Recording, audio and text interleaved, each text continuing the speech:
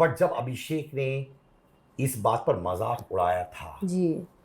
क्या आपने अभिषेक को एक्सप्लेन करने की कोशिश की कि इस सिचुएशन में कितनी ग्रेविटी है?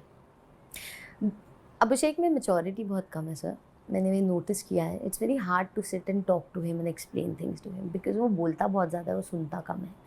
और हाँ, उस सिचुएशन में I of course lashed out and have you lost it? किसी का पर्सनल इश्यू है, सेंसिटिव मैटर है और तू ऐसा मज़ाक बना रहा है। तो he is like he started putting the blame on me. She snaps, she snaps, she's snapping. He didn't understand the hurt I had for the situation. But बाद में बैठ के मैंने उसको आराम से बात की। मैंने सबसे पहले तो बोला सॉरी बोल, और मैंने धौंस जमा के उससे सॉरी बुलवाई कि तू सॉरी बोल, और उसने बोला हाँ sorry. Then he was not understanding where did that come from. Then I sat there और आराम से समझाया कि वो मेरी लाइफ का एक बहुत ही सेंसिटिव मैटर है। I was traumatised by that, और तू वहाँ बैठकर उस बात का मजाक बना रहा था और मुझ पे ब्लेम डाल रहा था कि अरे तू ही ऐसी होगी या तू ही वैसी होगी, और जो चीज़ें मैंने की नहीं है वो बातें तू बोल बोल के मतलब इतने बड़े प्लेटफॉर्म पे करोड़ों लोगों के सामने तू मेरी मान हानि कर रहा है मेरे ही मैटर को डिस्कस करके, वो भी इतनी बुरी तरीके से। ऑफकोर्स मुझे बुरा लगेगा अभिषेक, ऑफकोर्स मैं एग्रेसिव हो जाऊंगी वहाँ पर, but he understood at the end and he did apologize, तो it all ended there. In fact आप अभिषेक के पास गई थी हाँ, अस्पताल I में। did visit him. Very very sweet gesture. क्या अभिषेक सरप्राइज था आपको वहां देखकर? Of course, yes, एक बड़ी सी स्माइल थी। He was happy. He was more than surprised. He was very happy to see me there. और उसे खुशी थी इस बात की कि बेबी का आई एंड स्टफ। हम बैठ के और बातें करना चाहते थे, लेकिन फिर वहाँ और लोग आ गए तो मुझे कंफर्ट जोन फील नहीं हो रहा था टू स्पीक थिंग्स अप। तो मैं उठ कर जा रही थी कि अभी जाना है। ही वाज लाइक नहीं नहीं बैठ बैठ बैठ। He was making me sit, but फिर टाइम अप हो रहा था एंड लकीली मैं आई, उसके 1 घंटे में न्यूज़ आई कि वो उसको डिस्चार्ज कर दे सकते हैं। I was very happy because he was dying to go home. I mean उसे घर जाना था किसी भी तरह। तो I was very happy that finally this guy can be back home, and home is a word which just makes me so warm inside.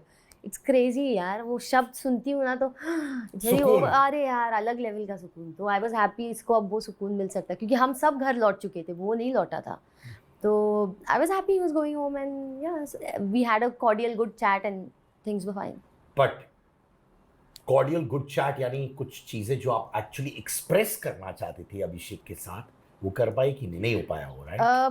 मैं आपको एक बात कहूँ सिद्धार्थ जी, अभिषेक और मेरे सबसे ज़्यादा झगड़े उस घर में तब होते थे जब हम लोग पुरानी बातें बैठ के डिस्कस करते थे कि तूने क्या किया, मैंने क्या किया, पहले हफ्ते में क्या हुआ, दूसरे हफ्ते में क्या हुआ, तीसरे, और करते थे हम लोग। फिर झगड़ा हो जाता था। कैसे वो अपनी फ्रेंड को डिफेंड करने के लिए मेरी गलती ना होकर भी मुझ पर चढ़ जाता था, और कैसे मैं कभी उससे लड़ लेती थी मेरे लोगों के लिए।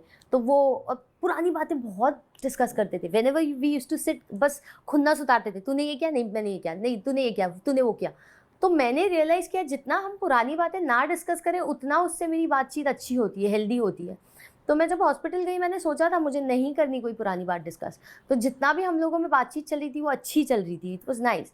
सो एक्सप्रेस मतलब ऑफकोर्स छोटी मोटी जर्नी डिस्कस कर सकते थे बैठ के हम, वो तो सबसे इम्पोर्टेंट होता है। And we were the strongest. I mean मुझे तो लगता है कि हमारे झगड़े से ही शो को हाइप मिला। जब से हमारा और हम दोनों ने शो को 3 से 4 हफ्ते तो लीड किया है। हम लोग की नोकझोंक पब्लिक को बहुत पसंद आती थी। तो we were relevant, the most important characters of the show. तो of course I wanted to sit and cherish that with him कि सोच we were these strong people all together and a lot of नोक-झोंक्स and fun things that we did. I wanted that again, but इतनी लोग आ चुके थे और लोग आ चुके थे। आई वाज लाइक चलो ठीक है कोई बात नहीं, will speak later, and I went. Salman ने भी एल्विश को एक्चुअली बोला कि जो डेरोगेटरी वर्ड्स उन्होंने आपके लिए इस्तेमाल किया था वो गलत था, राइट? यस।